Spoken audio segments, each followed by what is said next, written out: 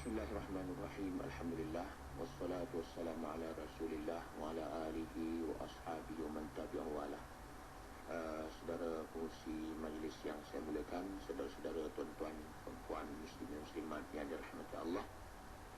Alhamdulillah, pada pagi ini kita dapat bersama-sama berkumpul di dewan ini sempena dengan agenda kita selanjutnya, iaitu menjawab kemusykilan yang masih lagi terbuku di hati kita untuk dapat diuraikan mudah-mudahan. Jadi yang pertama-tama sekali, insya-Allah saya akan memberikan jawapan berdasarkan kepada Al-Quran dan Sunnah setakat mana yang saya mampu. Kalau sekiranya tak mampu jawab, tangguh tahun depan lah. Depan biasalah, artinya kadang-kadang mesti timbul kekeliruan di kalangan umat Islam daripada beberapa jawapan-jawapan beberapa ulama-ulama kita. Kadang-kadang ada setengah ulama mengambil pendekatan yang berbeza. Umpamanya ditanya orang, apakah sebenarnya merokok umpamanya. Ada orang kata merokok itu makruh, ada orang kata merokok itu haram. Kalau ikut Yusuf Al-Qardawi umpamanya, merokok itu haram disebabkan oleh faktor-faktor kesihatan. Mengapa orang dulu kata makruh? Soalan pula, mengapa berbeza pula hukum itu? Maka jawapannya adalah, di waktu dahulu ulama-ulama memandang rokok itu dari segi baunya saja. Baunya makruh, baunya. Apa pasal baunya makruh? Berdasarkan kepada hadis Nabi, barang siapa makan bawang merah, bawang putih dan kucai, maka dilarang dia masuk masjid. Maka hukumnya pasal mengganggu ketenteraman hidung orang lain, maka jadi makruh.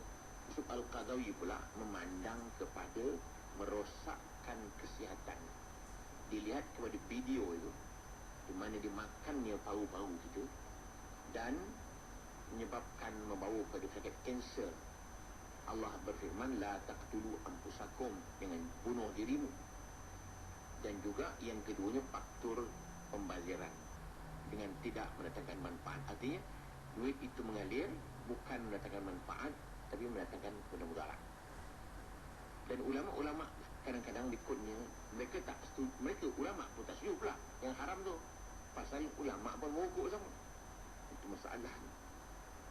Jadi maknanya ada kita kadang-kadang hukum ini dalam Islam, dia kata la yunkaru taghayyurul ahkam bi taghayyuril azman. Tidak diingkari berubahnya hukum kerana berubahnya masa. Umpamanya zaman Nabi dahulu, Nabi rambut panjang sampai sini. Sekarang pula tak boleh pula kita berambut panjang, pasal menyerupai perempuan. Di zaman itu, kemudian pun zaman Imam Ghazali pun rambut panjang. Itu bukan hukum hukum asas, itu hukum furu'. Sama juga umpamanya seorang Arab Badui jumpa Nabi, ya Rasulullah, apa hukum seorang menyentuh kemaluannya? Nabi kata tak apa, tak batal wuduk. Yang kedua pula, Nabi kata batal. Kan susah tu. Dikaji ulama. Yang pertama itu pasal baru masuk Islam, yang kedua sudah lama masuk Islam. Itu jadi berbeza hukumnya. Artinya kalau kita lihat ada ulama kata begini, ada ulama kata begitu, kan pening kepala kita sebenarnya. Ada ulama kata kena uri 3 hari 3 malam, tak apa, kena uri lah. Yang kata bid'ah pula. Jadi itulah saya nak bukakan minda tuan-tuan. Artinya begitulah kita nak melihat kepada hukum. Saya apabila membuka soal jawab agama dalam majalah Mingguan Perdana dulu, memang saya ingat soalan 5-6 ribu memang biasa. 5-6 ribu soalan. Tinggi ni soalan lah. Tak sanggup nak jawab. Menunjukkan bahawa orang cukup suka dengan kemusyrikan agama ni. Kita payah nak jawab banyak sangat. Jadi jangan buka peluang gini. Inilah peluang nak tanya. Kadang-kadang kita nak tanya, kita segan pasal kita bimbang orang kata kita tahu. Itu pun tak tahu dia kata. Orang sebelah kata, dia pun tak tahu juga. Jadi maknanya, kalaupun soalan tu terlalu remeh dalam pandangan kita, memang remeh, tapi kita tak tahu lah macam. Kan? Tak tahu, benda tak tahu. Jadi bila tak tahu kan menjadi masalah banyak. Selama-lamanya tak tahu. Nak tanya segan, akhirnya kita sesat seorang-seorang dia begitu. Kian dia kata untuk nak menghilangkan kejahilan, bertanyalah. Betul lah, sesat bertanya apa? Segan bertanya, sesat jalan. Gitu. Jadi pada pagi ini alhamdulillah, maknanya kita sama-sama berbincang untuk menyelesaikan apa-apa yang terbuku dalam hati kita, dan insya-Allah saya akan menjawab sekat mana yang saya boleh jawab. Begitu. Soalannya ialah, apakah hukumnya seorang lelaki bersalaman dengan seorang perempuan? Yang timbul soalan ialah tuan guru lelaki, anak murid perempuan bersalam dia dengan tuan guru itu. Jawapannya ialah tertakluk pada beberapa pendapat ulama mengenai bersalaman ini. Ringkasnya, Nabi SAW pernah bersabda, inni la usafihun nisa. Aku tidak pernah bersalaman dengan orang perempuan. Maka hukumnya tetap haram. Walaupun tuan guru, walaupun siapa pun, tetap juga salah. Artinya,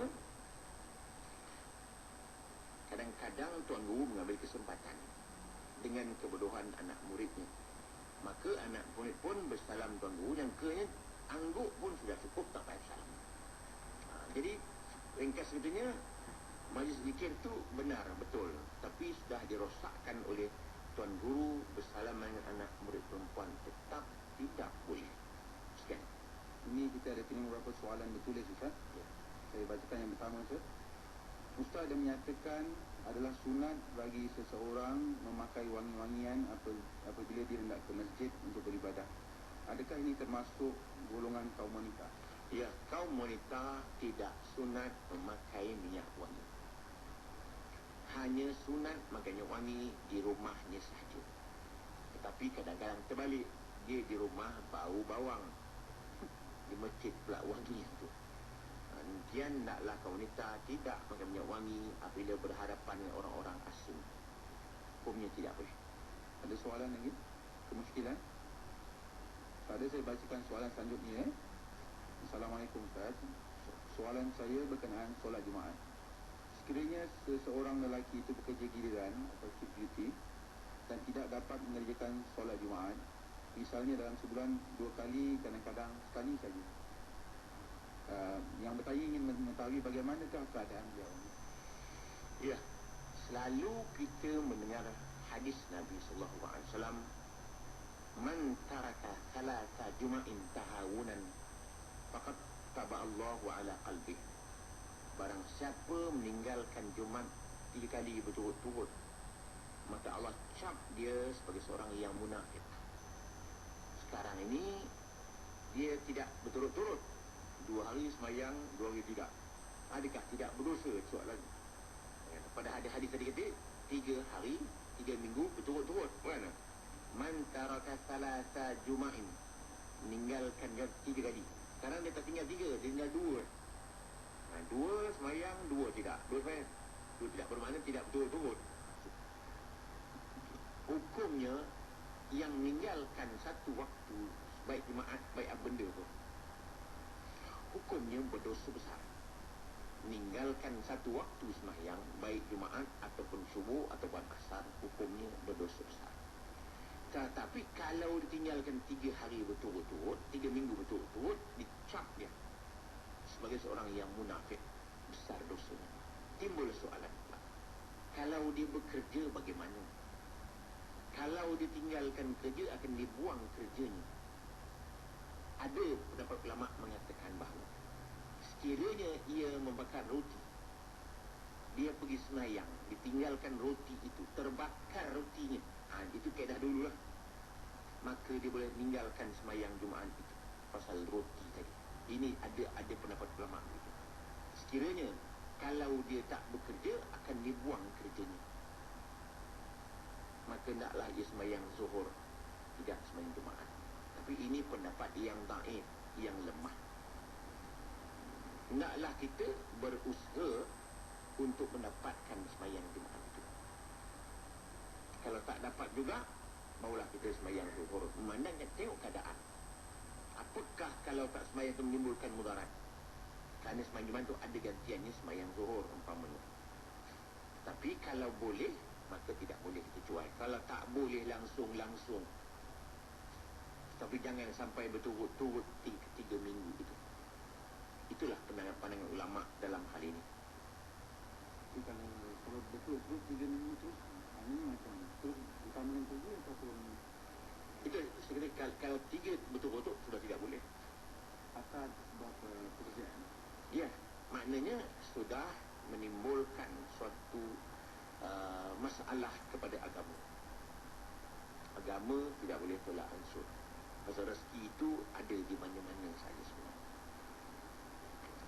Dengan perkataan sebaiknya tetap kerja je lah. Ya, maknanya dalam kata kita pertahankan agama itu lebih diutamakan daripada makan. Soalan selanjutnya, bagaimanakah untuk kita serapkan kepada anak-anak kita tentang nilai-nilai yang mulia yang ditunjukkan oleh Rasulullah SAW? Ya, bagaimanakah nak menyerapkan nilai-nilai Islam kepada anak-anak kita? Ini di segi pendidikan, mesti perkataan dan perbuatan sama. Kalau ibu itu menyuruh anaknya itu makan dengan bersila, makan dengan duduk dan minum dengan elok, sekali-kali jangan ibu atau bapa itu minum berdiri di hadapan anaknya. Nanti tak sama apa yang disuruh dengan apa yang bapaknya, maknya buat. Dia kata makan, duduk. Besok dapat maknya makan kuih, berjalan-jalan.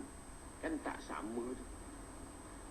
Semayang, lewat dah ni. Bapaknya pun lewat juga semayang. So, sebabnya dia kata al-af'al afsahu minal aqwal. Perbuatan lebih cantik lagi daripada perkataan. Maknanya yang dibuat itu yang dipandang orang, bukan perkataan yang dipandang ni. Maka naklah kita melaksanakan perbuatan yang baik di hadapan anak-anak kita, bukan perkataan. Kata Imam Ghazali kepada guru anak muridnya, guru kepada anaknya, hendaklah engkau bersikap lunak dan berakhlak baik di hadapan anakku. Yang anakku pandang bukan perkataanmu, yang anakku pandang ialah perbuatanmu. Kalau perbuatanmu tu elok, dilihatnya cantik, anak aku akan meniru dan melakukan perbuatan apa yang kau buat itu.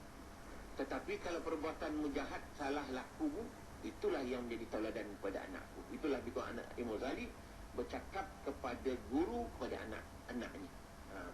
Jadi naklah sama perbuatan dan perkataan.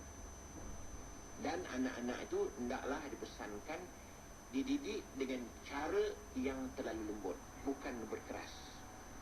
Kadang-kadang ibu anak suruhnya anak itu bawa air, bawa gelas dan dapur ke depan, pecah gelas jatuh. Dilepuknya budak itu.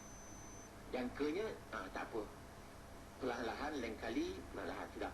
Pasal lain kali akan pecah lagi. Pasal waktu dia bawa itu dia masih rasa takut. Kalau pecah, masih takut tu lagi pecah. 2 kali pecah. Jangkanya yang pecah itu kita baca apa? Innalillah wa inna ilaihi raji'un. Pinggan sudah pecah. Bukan orang saja mati innalillah, pinggan pecah pun innalillah. Tapi banyak orang tak faham. Dan bom pecah innalillah, tak mati budak tu. Ini artinya kita nak pesan pendidikan ini ialah hendaklah kita belajar dari psikologi budak-budak ni, dia hendaklah di reward, hendaklah diberi ganjaran, bukan disiksa mereka itu. Kalau dia betul, diberi dia pujian. Kalau tak betul, diberi nasihat, bukan dipukul. Dan saya pesankan anak-anak ini berumur 1 tahun hingga 10 tahun tidak boleh dipukul. Ingat, hukumnya haram. Berumur 1 tahun, ialah kalau 6 bulan pukul itu bangga lah namanya. Umur 1 tahun hingga 10 tahun tidak boleh dipukul. Tak boleh dipukul langsung-langsung. Antum ingat tu? Kadang pang muka budak. Dan waktu itu 10 tahun pun tidak boleh dipukul, melainkan tapak kakinya. Kerana kita mukul anak ini bukan menggeram, tapi mendidik. Yang salah dipukul kepalanya, nanti bodoh budak itu. Dipukul badannya, rosak anggotanya. Dan had pukul pun 10 tahun ke atas. Dan sebawahnya tidak boleh dipukul. Hendaklah di-reward budak-budak. Kanak-kanak ini dia suka dipuji, suka diberi ganjaran, tak suka dimarahi. Kerana akal mereka itu tidak sampai lagi. Imam Ghazali juga menyebut dalam kitab Ihya Ulumuddin mengenai akal. Kanak-kanak dan kita ini kadang-kadang kecil jahat, tapi nanti dewasanya ia menjadi baik. Yang tak berubah ialah kepimpinannya. Kecil dia suka jadi pemimpin, dia suka jadi ketua. Sampailah tua, dia tak mau hilang kepimpinannya. Itu sebabnya ada orang-orang sampai tua-tua tak mau turun darjat pangkatnya itu. Sampai tua lagi, lagi mau pangkat. Itu akal ini perangai. Sekian. Ada soalan daripada jemaah? Kemuskilan? Ya. Semayang tahajud, semayang taubat, semayang hajat memang tidak ada syariatnya semayang berjamaah. Tetapi kalau berjemaah tidak menjadi salah. Imam Nawawi dalam kitab Majmu' Syarh Muhadzab mengatakan bahawa boleh berjemaah, tidak makruh. Maknanya hukumnya boleh. Walaupun asal tidak disyariatkan tahajud berjemaah. Tapi kadang-kadang kita buat qiyamul lail di masjid, kan ada qiyamul lail kan buat jemaah. Syariatnya tidak ada. Tapi Imam Nawawi kata boleh dilaksanakan semayang sunat berjamaah dan tidak makruh hukumnya. Pada suatu ketika Nabi kita SAW pergi sebuah rumah, satu keluarga berkenduri. Nabi pun sampai selepas makan, Nabi pun kata kita semayanglah sunat berjamaah. Nabi itu ketika itu kita doakan supaya tuan rumah ini bertambah imannya, murah rezekinya. Ada sunnah, ada berlaku. Nabi pergi sama dengan Anas bin Malik ketika itu di sebuah rumah, sebuah keluarga yang tikar pun dah lusuh dah ketika ceritanya begitu. Menunjukkan hukumnya boleh. Soalan selanjutnya, Ustaz. Jadi saya dapat terang sedikit tentang pembagian mazhab dalam Islam, Ahlussunnah wal Jamaah, dan ada yang tidak mempunyai mazhab tetapi masih berpegang pada Ahlussunnah wal Jamaah. Apakah ada perbezaan? Perbezaan di segi syariat fiqh, kita ada 4 mazhab: Syafi'i, Maliki, Hanafi, Hambali. 4 ini ya diiktiraf oleh seluruh dunia. Artinya Syafi'i, Hanafi, Maliki, Hambali. Kita lagi Az-Zahiri, mazhab Zahiri yang dipelopori oleh Daud Az-Zahiri. Kalau di Indonesia Hasan Bandung. Hasan Bandung. Di Malaysia dulu pun ada. Mereka ni ambil hukum zahir saja. Itu Daud Zahiri. Umpamanya kalau nisbah kepada babi itu, babi diharamkan makan daging babi. Dia kata daging je haram, tulang tidak. Itu. Pasal Tuhan tak sebut tulang pun sebut daging ni. Itu maksud Zahiri. Ini pendapat ditolak oleh Ahlussunnah wal Jamaah. Dan yang timbul yang kedua pula, Wahabi. Wahabi ni mazhab dia Hambali.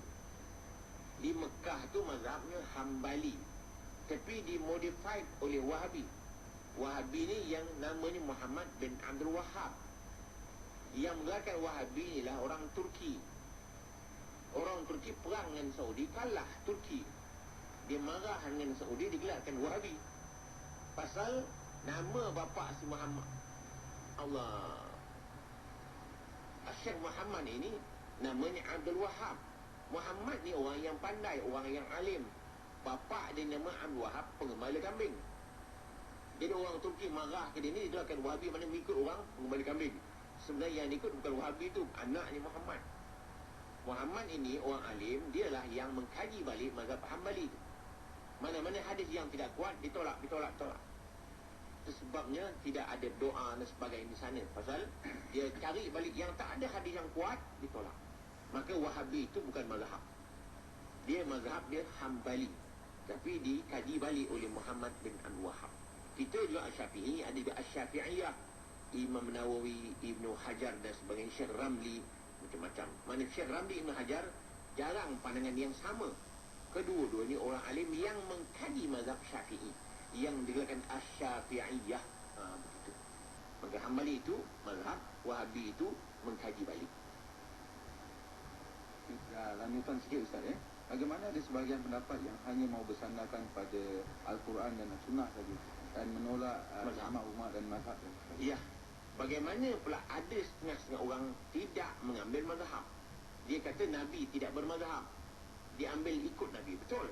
Kalau dia alim sungguh, boleh. Kita ni tak alim. Bila tak alim, kita terpaksa ikut orang alim. Mazhab dia dipanggil School of Syafi'i. Orang bagi sek kan mazhab. Maknanya aliran pandangan. Maknanya Imam Syafi'i berpendapat daripada hadis ini begini. Kita ni kalau orang alim lebih alim pada Imam Syafi'i, boleh. Mazhab sendiri, nama kita katalah Malik. Nama kita katalah apa? Daud pula. Mazhab Daudi pula. Tapi oleh kerana tidak alim, bila tidak alim, kepada pandangan siapa yang kita nak pakai? Imam Ghazali bermazhab Syafi'i. Ingat? Imam Ghazali itu orang alim. Dia mengarang kitab 100 buah dalam umurnya 60-an saja. 100 buah, satu tajuk. Ihya pun tebal ini, bukan? Ada berapa jilid? Ada 10 jilid umpamanya. 8 jilid ke 10 jilid ke dia. Jadi artinya Imam Ghazali pun mazhab Syafi'i. Imam Nawawi pun mazhab Syafi'i. Ibnu Hajar pun mazhab Syafi'i. Syekh Ramli pun mazhab Syafi'i. Kita ni apa pun mazhab, pandai sangat pula kita. Ibnu Hajar tu hafiz. Hafiz maknanya bukan hafal Quran. Quran tu dah biasa orang Arab. Dia hafal hadis 100,000. Boleh kita hafal hadis 1,000 agak? 10 pun tak boleh. Bila 10 pun tak boleh, kita bagaimana kita nak? Contohnya begini, kita kena mazhab. Kita tidak dapat mengkaji hadis tu secara mendalam. Pasal hadis kan terlalu banyak. Dia ada kait-kait umpama contoh begini. Apa hukumnya orang lelaki menyentuh orang perempuan? Kita kata batal lah mazhab Syafi'i. Kan? Tapi dia kata pernah Nabi suatu malam sedang tidur, sedang semayang tahajud, Aisyah telunjuk kakinya. Nabi pun tolak kaki Aisyah dan Nabi terus semayang. Tak batal kata. Kenapa kita kata batal? Maka Syafi'i jawab, wallahu alam, dia kata hadis itu mutlak. Kita tak tahu Aisyah pakai stokin ke tak pakai stokin. Kita tahu tak Aisyah tu berselimut tak berselimut. Tolak kaki, tolak kaki. Boleh kaki tolak kaki berlapis. Itu mazhab Syafi'i pakai. Maksudnya Syafi'i itu berhati-hati dalam masalah hukum. Dia kata pernah Nabi kata Nabi pernah cium Aisyah, tapi Nabi semayang juga. Kita tak tahu cium mana, mungkin cium rambutnya. Ini bagi hadis, ini hadis mutlak. Pasal hadis. Dia dan Quran kata aula mastumun nisa, atau kamu menyentuh perempuan. Kata Imam Syafi'i. Kata mazhab lain tak, itu bukan menyentuh, itu bersetubuh. Jadi maknanya ini berbeza-beza pendapat berdasarkan kepada ilmu dia, bahasa Arabnya, sastra Arabnya, dan ilmu-ilmu yang berkaitan dengan hadis, Quran, mengkaji secara mendalam. Kita ni nahwu pun tak pandai, ilmu saraf pun tak erti. Macam mana kita nak buat hukum? Itu soalannya. Kan? Macam saya sebut tadi, mengapa orang Arab tadi menyentuh kelemahan luarnya batal, tidak batal? Dikaji balik, rupa-rupanya orang ni baru masuk Islam. Nabi tidak mau menyusahkan dia. Jadi maknanya ulama membuat hukum itu berdasarkan kepada Quran, kepada hadis, pendapat-pendapat ulama, qiyas dan sebagainya, baru mengeluarkan hukum. Kita baca hadis ni umpamanya satu orang bertanya, Ustaz, dia kata saya nak boleh tak kita musafir semayang jamak di rumah? Kan ada? Kita nak pergi Kuala Lumpur ni. Zuhur pun masuk. Kita pun semayang Zuhur dengan Asar. Tentu dia kata dalam hadis kata boleh lah. Kan orang nak kata nak buat hukum sendiri ni. Kan dia tak nak mazhab.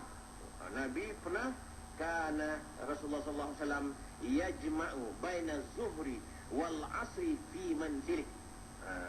Dalam hadis tu banyak orang buat pasal baca hadis seorang-seorang. Adalah Nabi semahyang zuhur dan asar di manzilnya, di rumahnya. Ramai orang buat, saya tahu. Pasal lupa ni ada hadis. Kita kalau tak mengaji hadis, jangan buat hukum. Pasal hukum tak boleh. Kita tidak boleh jamak di rumah. Kita kan belum musafir. Ini hadis. Hadis fi manzili. Dia tak sebut fi manzil, disebut fi manzili, tak sebut fi baiti, tidak sebut fi dari. Bait pun rumah, dar pun rumah, manzil pun rumah dalam bahasa Arab. Tetapi baitun tu rumah kita, darun tu rumah, manzil rumah tumpangan. Tapi sebut rumah juga. Manzil tu maknanya rumah, tapi rumah tumpangan. Bermakna Nabi bukan main rumah dia. Nabi dalam musafir semayang rumah yang tempat tumpang tu. Nazil tu maknanya tempat turun. Orang Melayu kata, hari ni turun mana? Kan setelah orang tu cakap, Ustaz, saya selalu orang tanya saya tu, Ustaz, turun di mana? Saya turun di airport lah. Pun tinggal kat mana? Bahasa lama-lama pakai tinggal. Turun. Turun di mana? Ingat itu turun tu turun airport. Nah, saya turun airport Changi lah. Bukan turun airport di Johor tu. Bukan ada tinggal di mana, nampak tak? Arab pun sama. Nazil tu mana? Aina nazilak, dia kata awak. Turun di mana? Telefon duduk di hotel. Itu manzil, tempat tumpangan. Kan? Kalau tak pandai bahasa Arab, nampaklah. Bermakna kita tidak boleh beristihad. Tak boleh kita pandai-pandai buat hukum. Umpamanya dalam bab wuduk, ya. Dalam bab wuduk, ya ayyuhallazina amanu idza qumtum ila shalah faghsilu wujuhakum wa aydiyakum ila marafiq wamsahu bi ru'usikum wa arjulakum ila al-ka'bain. Basuhlah mukamu, kedua tanganmu, dan sapulah kepalamu, kan? Wamsahu bi ru'usikum. Sapu kepala ni. Nak separuh ke, nak semua ke, nak sikit. Kan? Kata mazhab lain, ru'us tu maknanya jamak. Jamak kan ke semua kata. Imam Syafi'i kata cukup 3 helai rambut pun. Kata di mazhab Hanbali pula, Hanafi, tu dia kata menunjukkan 1/4. Kan dah berbeza tu. Ba tu, di ru'usikum. Artinya ulama mengkaji perkataan itu. Kita tak alim bahasa tu mana. Kita tak buka kitab lisanul Arab tu pun. Lidah Arab tak baca pun. Bagaimana pula kita tak bermazhab? Ya. Jadi wa arjulakum pun boleh baca, wa arjulikum pun boleh baca. Sini wamsahu bi ru'usikum, kan? Yang kenya wa arjulikum. Kalau wa arjulikum maknanya kepala pun sapu, kaki pun sapu. Tapi mazhab baca wa arjulakum maknanya tangan basuh, kaki pun basuh. Kalau kita dari bahasa Arab, macam mana kita? Tak nak pakai mazhab? Saya nak ikut sunnah aja. Jangan. Samsing tak membasal. Banyak lagi lah saya nak ceritakan, banyak. Pasal apa? Sama juga dia kata, mana ada niat kan? Ada niat tak? Ni basuh muka ni. Niat tak ada. Maka dia ambil hadis pula, innamal a'malu biniat. Baru disantumkan wuduk itu dengan niat. Dalam Quran kan tak ada. Kamu nak berwuduk, kamu nak semayang, barulah kamu berwuduk. Jadi maknanya kalau sekiranya kita tak nak semayang, lambat semayang, bila ambil wuduk lah. Kan banyak soalan gitu. Yang tertib, ambil mana pula tertib ni? Kita basuh muka, tangan, kepala, kaki, kan? Ada tertib tak? Tak ada. Pasal apa mazhab Hanafi Syafi'i yang tertib? Ada Quran ini, ibda'u bima badallah. Ambillah, mulakan apa yang dimulakan oleh Allah. Muka, tangan, kan tertib. Kalau kita baca surah Quran, tak ada tertib pun. Kan? Kemudian dalam bab tayammum pula, dia kata wamsahu bi wujuhikum wa aydikum. Sapulah mukamu dan tanganmu. Tak sebut muka dan tangan. Wuduk tak sebut. Basuh kedua tanganmu hingga 2 siku, kan? Tayammum tak? Ini tayammum gitu je lah, kan? Tak payah tak sebut pun. Basuhlah mukamu dan kedua pergelangan tanganmu. Tak sebut pun sini. Maka dalam mazhab usul fiqh pula, dia kata ini ayat muqayyad. Ayat ni mutlak tapi dikaitkan dengan ayat wuduk. Maka sapu semua. Maka kita kena mengaji Quran tu 30 kita baca, semua tu baru boleh kita menjadi ulama besar, tak payah pakai mazhab. Maka tak boleh tak ikut mazhab. Mesti Maknanya kalau dia kata saya tidak mazhab, saya saya tidak pakai mazhab, saya sendiri-sendiri je. Sedaplah. Kalau pandai, kalau tak pandai, jangan. Satu soalan lagi sebelum Ustaz ada urusan dan kita ucapkan diganti oleh Tuan Man Tuan Ibrahim yang baru tiba tu. Kita ucapkan selamat datang kepada Tuan Man. Satu soalan lagi untuk Ustaz Ismail Kamus ya. Ibu saya seorang janda tinggal di rumah anak saudara saya dan suaminya. Suatu pertelingkahan telah berlaku antara saya dan suami anak saudara saya, lalu saya dihalau keluar dari rumahnya. Dengan marah, saya mengeluarkan kata sumpahan yang saya tidak akan datang ke rumah itu lagi. Soalan saya ialah, jikalau ibu saya yang sudah uzur itu meninggal dunia, bolehkah saya pergi ke rumah itu untuk melawat? Harap Ustaz Tuan dijelaskan. Iya. Itu sumpah orang Melayu tak boleh pakai. Sumpah ni kalau tu wallahi wabillahi watallahi aku tak naik ke rumah ni. Kan? Tiba-tiba dia naik balik. Dia boleh naik bayar kepada sumpah. Puasa 3 hari. Kalau sekiranya dia kata aku sumpah tak naik mani, itu tak jadi apa tu. Itu sumpah orang Melayu. Maka maknanya itu sumpah tidak boleh dipakai. Walau bagaimanapun eloklah tidak digunakan walaupun orang Melayu, pasal bersumpah ni maknanya satu perjanjian yang kita buat, tapi tidak berjanji dengan Allah, kita berjanji dengan diri sendiri ni. Walau bagaimanapun kita harapkan waktu marah ini, waktu marah jangan mengambil tindakan, lega-lega dulu baru ambil tindakan. Macam suami marah isteri lah, tengah-tengah marah berapi-api tu diceraikan isteri talak 3. Lepas tu betul-betul menyesal. Banyak begitu. Apa lagi nak buat orang Melayu? Anak 3 ni dia tak ya Cina buta. Nasib kalau Cina buta, kalau Bengali buta.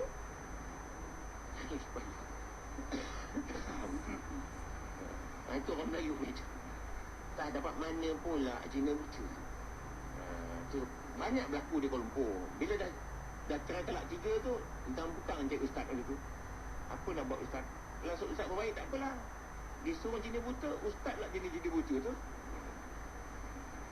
Harus ilmu tu. Banyak berlaku zaman-zaman dulu ni. Tuan-tuan tahu juga mengapa asal Cina buta tu. Asal perkataan Cina buta pasal-pasal.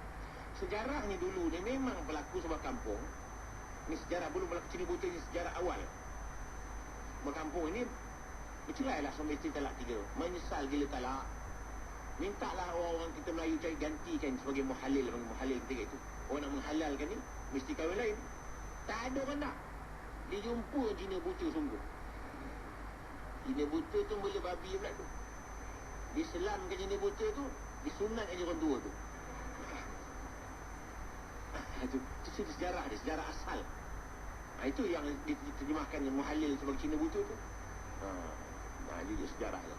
Alhamdulillah lah Cina tu buta. Kalau Bengali buta lah itu pun. Sekian.